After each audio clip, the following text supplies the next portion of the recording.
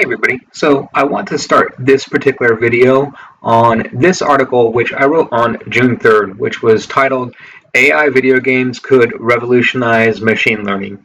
And so I'd say around for a couple of months before I wrote this article, I had this thought and started having these thoughts around like reinforcement learning and simulation training and AI models.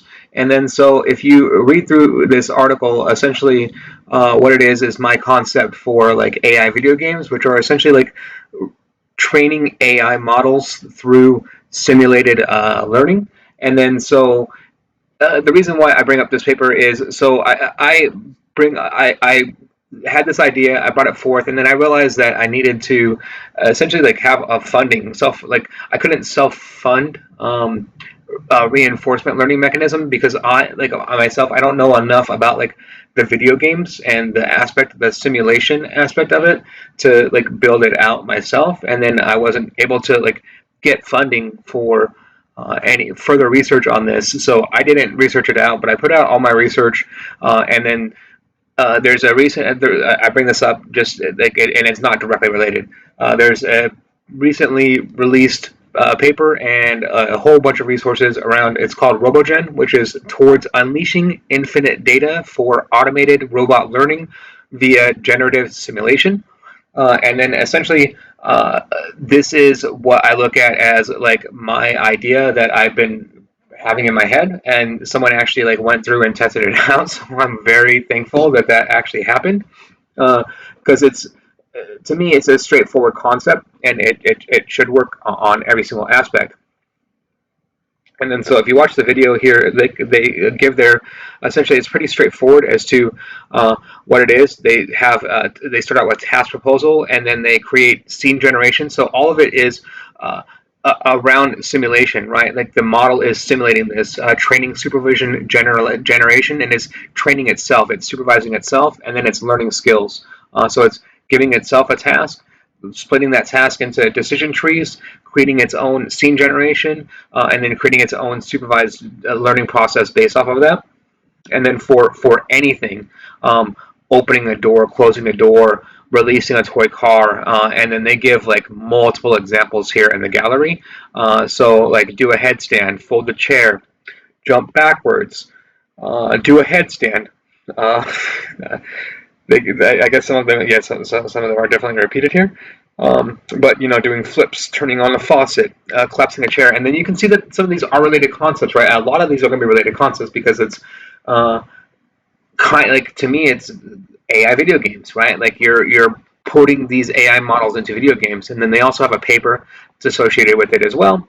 And then if you read through this, it's all the concept of reinforcement learning, and then what is currently being defined. Like there's this new I hear the term more and more like self-supervised learning, and then so they utilize self-supervised learning within their reinforcement learning mechanisms within this, which is essentially making sure that the AI model like actually like checks its work, right? But so there's a supervisor within the process, but the supervisor is doesn't it's not a human in that instance. It's the AI model like checking itself exactly as it sounds. But so the interesting thing within this is that, so to me, it's there's a few implications of this. The very first implication is, and the authors hit on this in their paper too, and I've hit on this all throughout exactly why I think, and I've always thought that this is such a groundbreaking concept, is the fact that this essentially leads to like unlimited data, right? Because so you train an AI model via simulation and via like its environment and via like whatever you want to train it on, and then the output you essentially like flip the switch, and then you put that into reverse, and then what it does is it spits out the data that it's learned.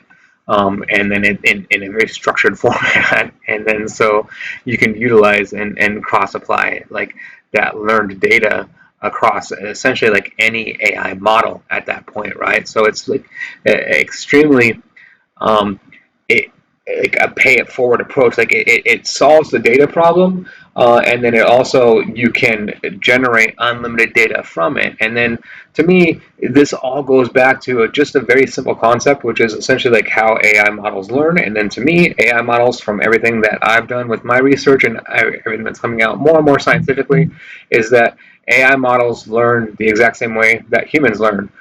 So while humans can learn from data, while I can go read a book, oftentimes, and sometimes reading the book is the best way to learn, but oftentimes going out and actually like experiencing it, or in this instance, even simulating the experience of it, is enough to generate the learned stimulus from that. And I understand, like, it's interesting when you bring up simulated learning and things like that, because it does bring up certain questions and challenges and things like that. But it's an interesting discussion, and we're finding out more and more scientifically that, at least with AI models, if you simulate the environment, it's the exact same benefit as actually putting the model into it. So it's like interesting on a lot of fronts on that level. I'll link the description to this in the description to both the paper as well as the website and the GitHub that they link to for this particular release of what they call Robogen.